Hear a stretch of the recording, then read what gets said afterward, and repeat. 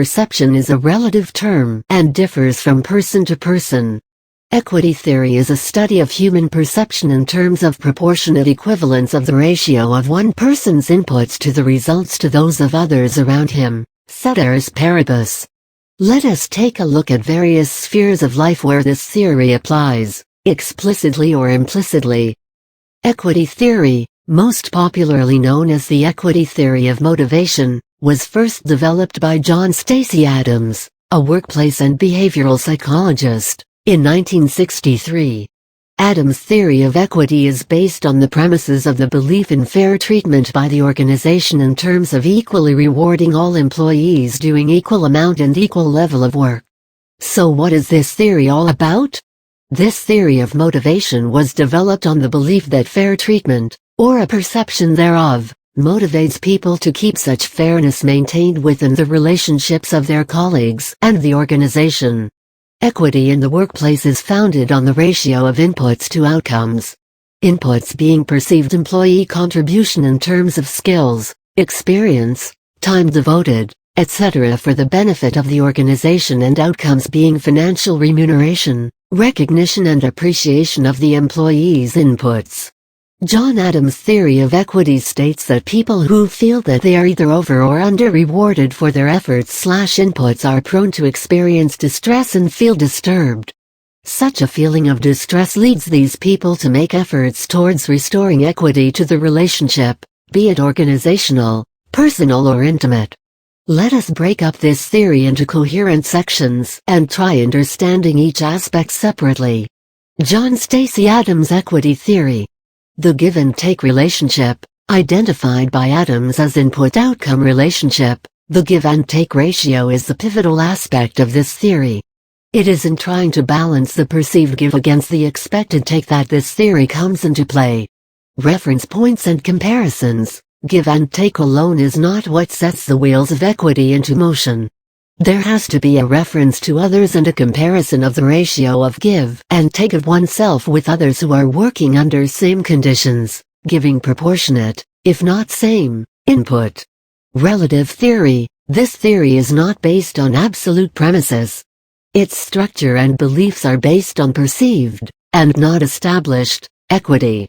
Perception being a volatile and random psychological premise, this theory can assuredly be called a relative theory. This theory is not just restricted to organizational behavior, it applies to relationships as much as it does to management and employee motivation, though in a more subtle, subconscious way. The definition of this theory stands on the three cornerstones of inputs, outcomes and equity, and builds up on the interrelationship among these three. Let us elaborate on each of these three aspects and see what possibilities come under the purview of each aspect. Input-outcome equity: skills, efforts, hard work, loyalty, determination, dedication, enthusiasm, trust in superiors and organization, cooperation with colleagues, support to subordinates, tolerance, time, personal sacrifice, commitment, flexibility, experience, etc. Salary, allowances, perquisites, benefits, recognition, appreciation, responsibility, additional, promotion, training, cooperation from organization and colleagues, sense of achievement, growth and development, additional opportunities with an organization, etc. The feeling that the points under input and outcomes are balanced and the proportion is equivalent to that of others, colleagues and peers. Input-outcome ratios. Now that the possible constituents of each of the three cornerstones have been identified, let us try and depict the theory of equity in a simple equation. The equation of equity would be as follows. Expected individual outcome equals relational individual's outcome perceived individual input relational individual's input. Equity in management. Management pertains majorly to organizational behavior and employees' expectation of management's fair play. An understanding of this theory would help understand a lot of gray areas of personnel management which result due to employee dissatisfaction despite fair remuneration. An understanding of this theory, along with other personnel-oriented theories such as the expectancy theory of motivation, may assist in the formulation of creative employee motivation strategies.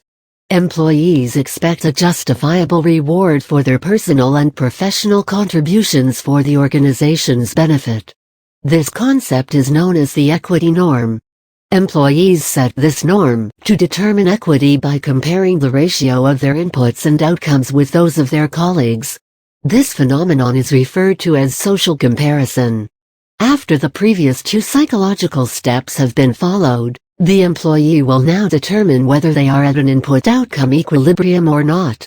Those who feel they are at a disequilibrium would seek to reduce it by either mentally distorting their inputs and outcomes, cognitive distortion, or by directly altering the input-outcome ratio. Failure to achieve equity by either of these two methods would result in the employee leaving the organization. Let us look at a couple of managerial examples to understand how employees seek to establish equilibrium between their individual input-output ratio with relation to the organization.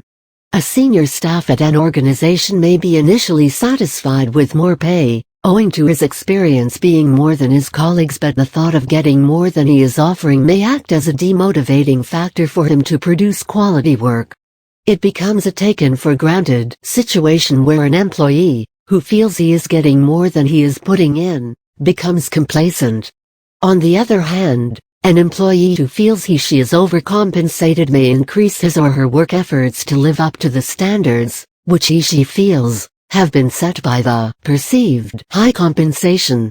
This may result in a burnout situation where the employee, in a bid to balance professional effort with compensation, may end up unbalancing his or her professional and personal life.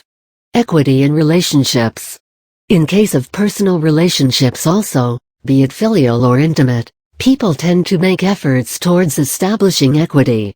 Even when it comes to love, care, affection and sharing joint responsibilities, both or all the parties tend to evaluate their extended efforts against their received benefits and compare these with those involved in the relationship. For instance, let us take a romantic relationship involving two intimate partners. He would expect from her a perceived similar amount of attention and affection which he showers her with, and vice versa.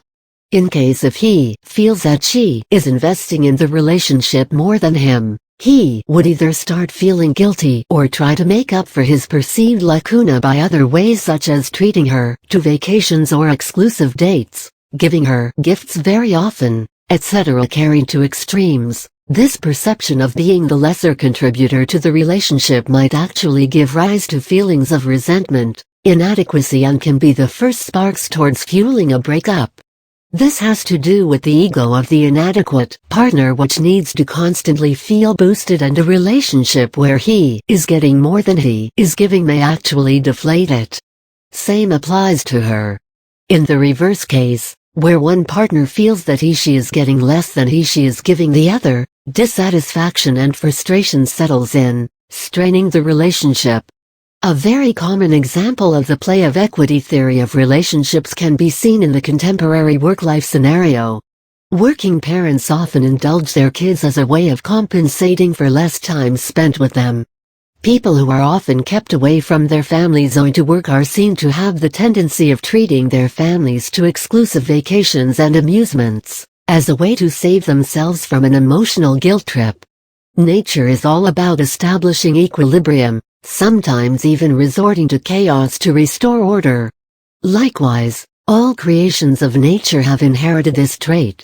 It is, therefore, understandable that man, being a creature with the most complex mental structure, would go a step forward and strive for psychological and perceptual equilibrium to feel at ease with himself and his surroundings. This theory identifies and acknowledges this innate behavioral peculiarity of the human mind and makes an attempt to explain why humans feel dissatisfied even when they get more than they put in. Well, that was some heavy psychology lesson.